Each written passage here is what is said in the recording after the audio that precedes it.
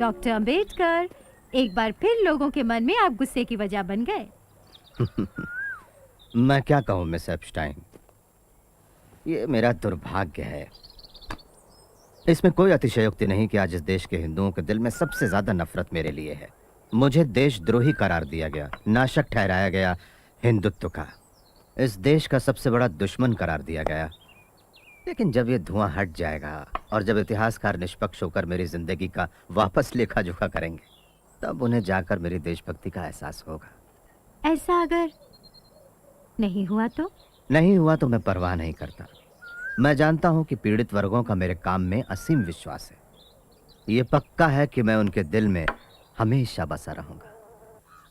Doctor Ambedkar, मैं आपका और आपके साथियों का समर्थन चाहता हूं सुब्बरायन और अय्यंगार मंदिर प्रवेश के बिल पर।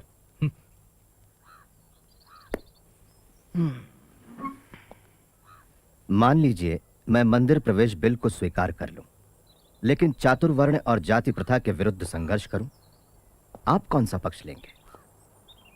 और अगर मैं चातुर्वर्ण को स्वीकार कर लूं, तो आपकी उसको लेकर क्या व्याख्या होगी?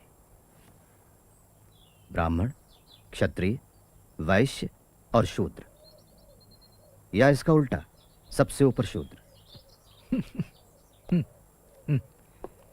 डॉक्टर अंबेडकर, मैं एक हिंदू हूं इसलिए नहीं कि मैंने हिंदू के घर जन्म लिया, बल्कि इसलिए ये मेरी इच्छा है और विश्वास है।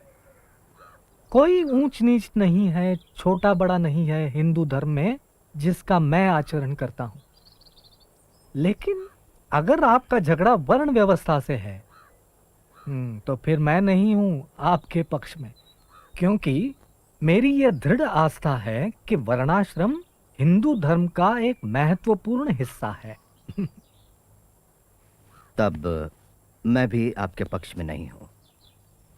बापू, हमारी मुक्ति राजनीतिक सत्ता पाने पर होगी, ना कि तीर्थ यात्रा या फिर उपवास करने से। इजाजत चाहूंगा।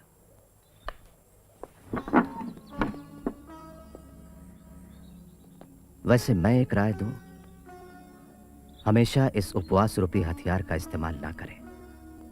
आपकी जिंदगी कीमती है, देश को जरूरत है आपकी।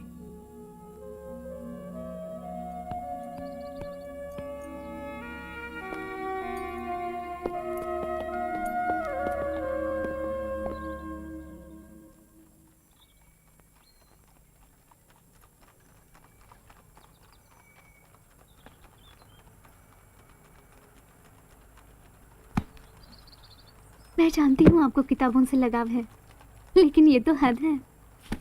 आपने किताबों के लिए घर बनवाया है?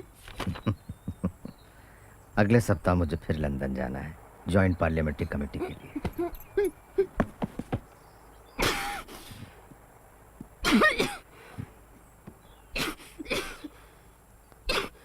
रमा, यहाँ बैठो।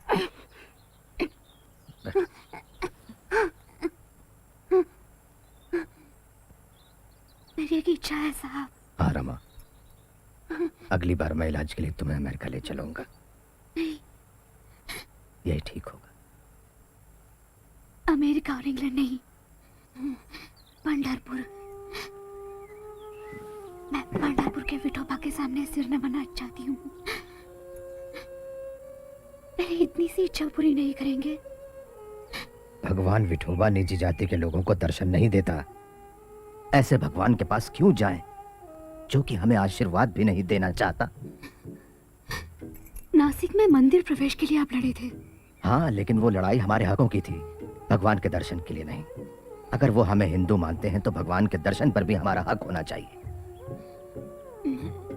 मैं और अछूतों की तरह दूर से ही दर्शन कर लूंगी। नहीं नहीं रामा, नहीं। समझने की कोशिश करो रामा। जो भक्तों के बीच भेदभाव करें वो भगवान नहीं, पत्थर है। हमारा भगवान हमारे हृदय में है।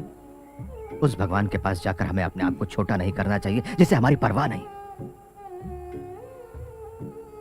अपने पंढरपुर हम खुद बनाएंगे रामू।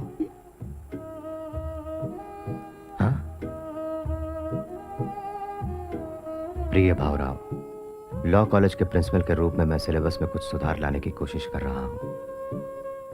मैं अपने लोगों के प्रति अपने कर्तव्य और अपने घर के प्रति अपनी जिम्मेदारी के बीच फंस गया हूं। मुझे रमा की सेहत की चिंता है। पिछले कई दिनों से उसकी हालत बिगड़ती जा रही है।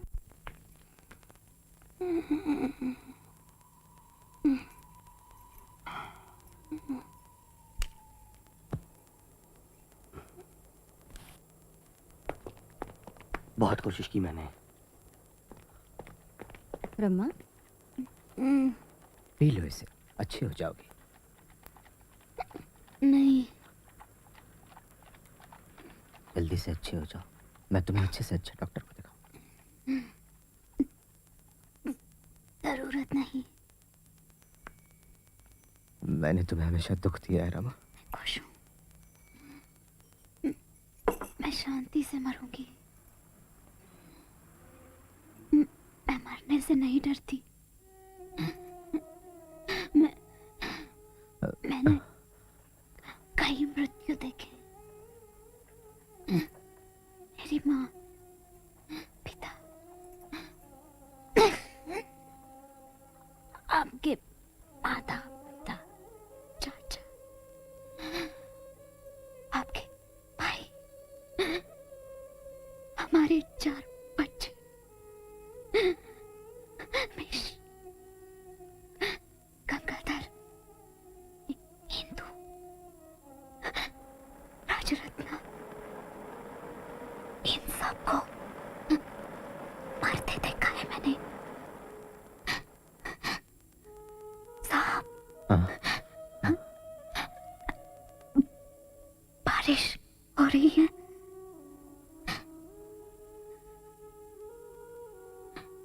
हाँ, हो रही है।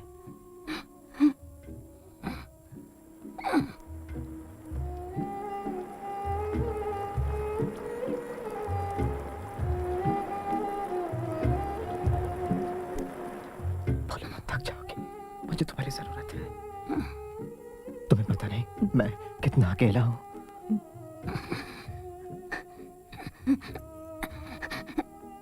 निराश मत होना,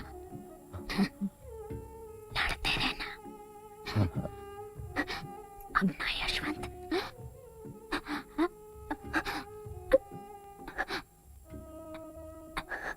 रमा,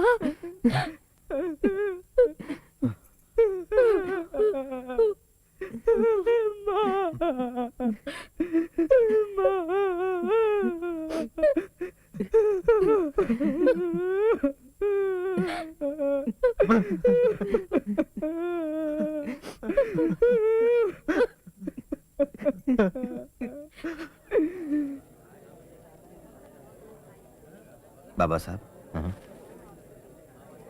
हजारों लोग इंतजार कर रहे हैं, तो अब चलें?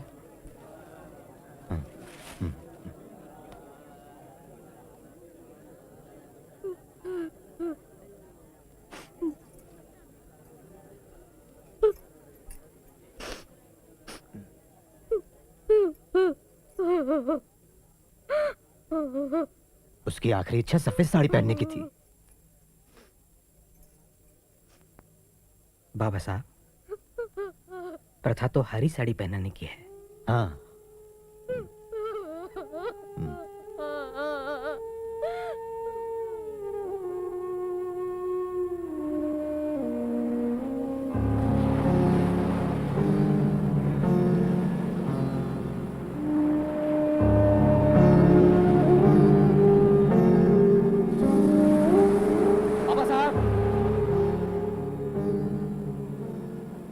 बाबा साहब, कहिनूर गांव के 400 अछूत मुस्लिम धर्म स्वीकार कर रहे हैं। उन्हें रोकिए। मैं एक जरूरी घोषणा करने जा रहा हूं योला परिषद में।